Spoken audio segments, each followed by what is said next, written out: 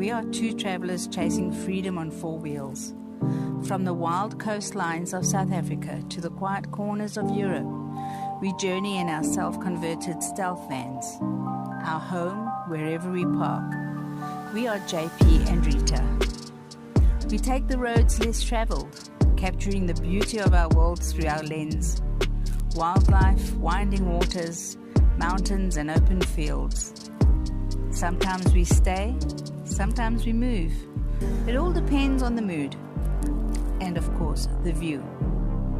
Meeting new friends, sharing moments, and turning the search for free park-ups into our favorite game. This is van life, the way we love it.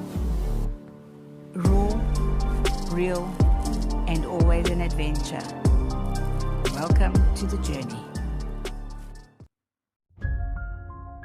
This is the beginning of the trip.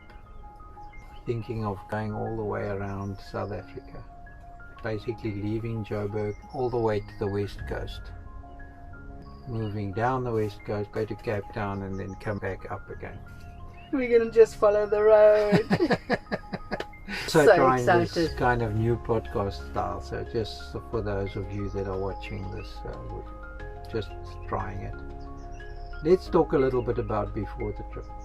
Well, there was no trip. We were stuck 8 months. in mid-rain because your van broke. When it On the- works, it's my van. When it doesn't work, it's your van.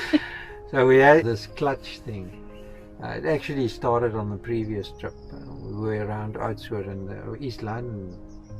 Anyway, we must have done at least 1,500 kilometers with this constant pumping clutch. And Reverse bleeding. That's Had to get a syringe and we were reverse bleeding every time we were losing the clutch. Yeah. Oh man, it's such a long story. I don't think I want to get into that. No, That it's will be over. for another day. No, it's But over. anyway, the whole engine got taken out, new clutch put in. We nearly went to the place of having to replace the flywheel, and there was a whole lot of episodes, and it took weeks, basically nearly more than a month and a half, to eventually get the clutch going. And now we're back on the road, and we decided, okay, that's it. This is now the trip to go around South Africa. Yes. So we started out packing, and It took us probably about a week to get going in the sense of things that suddenly needed readjusting and upgrading and repairing. Just carrying huge crates of things and stuff and more stuff. here we are, we're still in Johannesburg.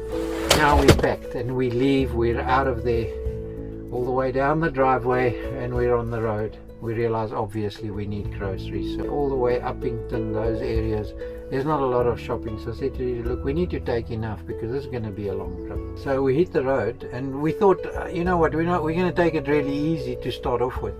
The skies were grey.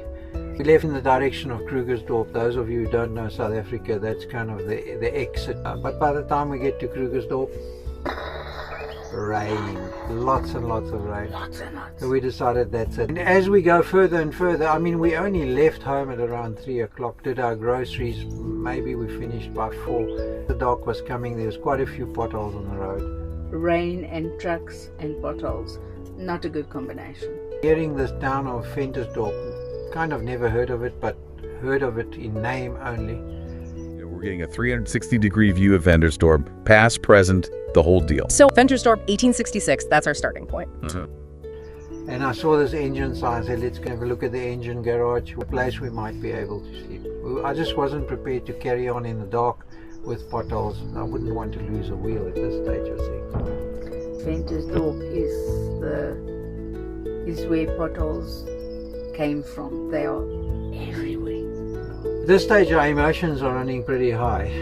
Just going to settle a little bit, just have a cup of coffee. Jean-Pierre found someone that was needing help with his car. And I could see they were trying to get the wheel off. They're working completely in the dark, they can't see anything. So I thought, okay, let me at least take a torch and see if I can help this guy. Anyway, I don't want to turn it into a big story either, but basically if it wasn't that I helped him that day, he wouldn't have been able to complete the job. Eventually used my jack and helped them, and our light, and yeah, sorted it out. His name's Christian. He's got this young guy who's deaf that's helping him. You know, one of the statements he made that really caught me anyway, I've never had a white person ever help me in a desperate situation. Thank you so much. I would estimate that he's around 45, let's say between 40 and 50 years old. He was so grateful. Then we decided, okay, that's it. We're going to go look for a place to sleep. The garage area is pretty crowded with lots of people up and down. A little dodgy. But by now we're desperate for a cup of coffee. We go around the corner to where there's a church. There's usually a church in every town. Go into the quieter area of the church. Unpack the van, now get our lighting ready, start to make coffee. And then all of a sudden, Tok, tok, tok, tok. just behind the van, and there's another car with a flat wheel. I see him getting out. He walks to the other side of the car, obviously can't see much, but realizes that he's got a flat. So I see him opening his boot and trying to hold his boot up because the boot latch not working. And anyway, I meet Cape and I go and help him with my light. This is now the second person we're helping in Ventersdorp that we never knew existed. Get to help him, and he's also very, very grateful. Now it's time to have our coffee. We found a nice little place to park. I think we slept well. Yeah, well, we were in bed. It wasn't 10 minutes after we had gone to bed and we heard the same noise go past us. Tok, tok, tok, tok, tok, tok, tok. Another car had come, another flat tire around and went around the corner. They seemed to be okay, but we were already in bed. 8 hours later in Ventersdorp. If you enjoyed this peek into our lives, consider subscribing. We are committed to getting better at sharing our van times with you. We go when you cannot. Bye.